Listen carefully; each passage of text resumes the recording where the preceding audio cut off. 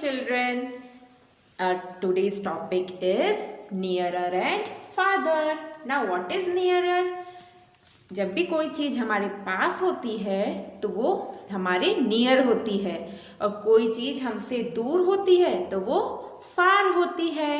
Like this sheep. अब ये sheep है. कैन यू टेल मी ये ट्री से पास है या दूर है? अभी ये ट्री से दूर है, तो दूर है तो हम क्या बोलेंगे? फार्दर. क्या है? Farther. The ship is farther to tree. Ship is farther. Then अब ये शिप धीरे धीरे क्या करेगी? इसके नियर आ रही है. ट्री के नियर आ रही है ना, तो जब ये ट्री के नियर आएगी तो इसे हम क्या बोलेंगे? नियरर. क्या बोलेंगे इसे? नियरर. अभी ट्री कहाँ आ गई? शीप कहाँ आ गई? ट्री के पास, मीन्स नियर. नाउ जो शीप है वो ट्री के नियर है. इसी तरह से हम क्या लेंगे? Next animal. Now what is this? Goat. अब गोट अभी ये क्या है? ग्रास है ना. गोट ग्रास के नियर है. अभी गोट ग्रास के नियर है. क्या है? नियर. ठीक है. और हमारे पास एक और एनिमल है, और वो एनिमल है हॉर्स. अब हॉर्स ग्रास के क्या है? फार. हॉर्स क्या है? Farther.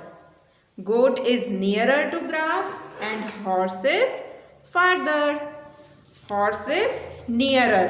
Horse is farther and goat is nearer.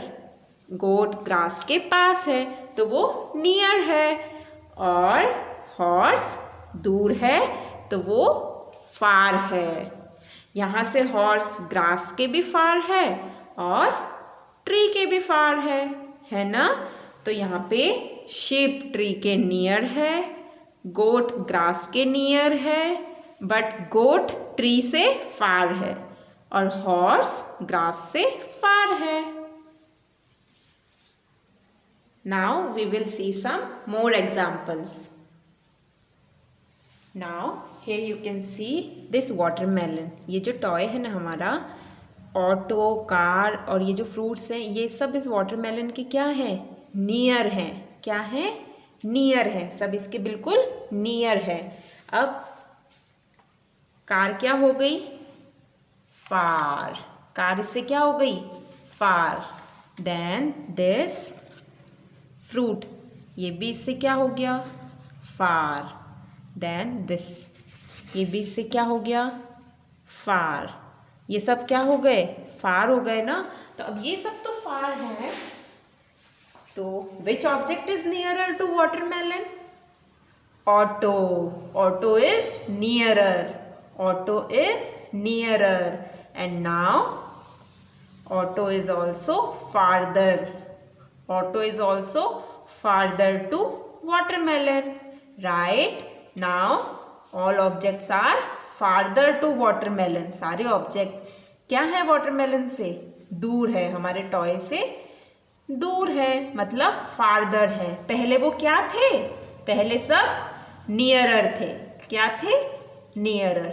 इसी तरह से आपको पता है और कौन से ऑब्जेक्ट्स होते हैं जो हमसे बहुत दूर हैं.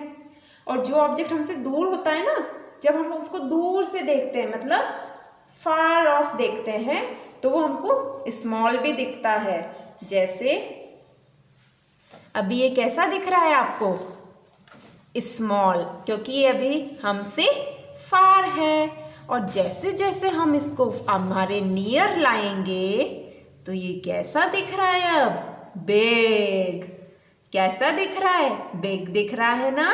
तो जो चीज़ें हमारे नियर होती हैं वो बिग दिखती हैं, और जैसे जैसे वो दूर चली जाती हैं तो वो स्मॉल दिखती हैं. कैसे दिखती हैं? स्मॉल दिखती हैं. इसी तरह से आप देखोगे जो स्टार्स होते हैं वो बहुत छोटे दिखते हैं. स्मॉल से दिखते हैं ना बिल्कुल. क्यों?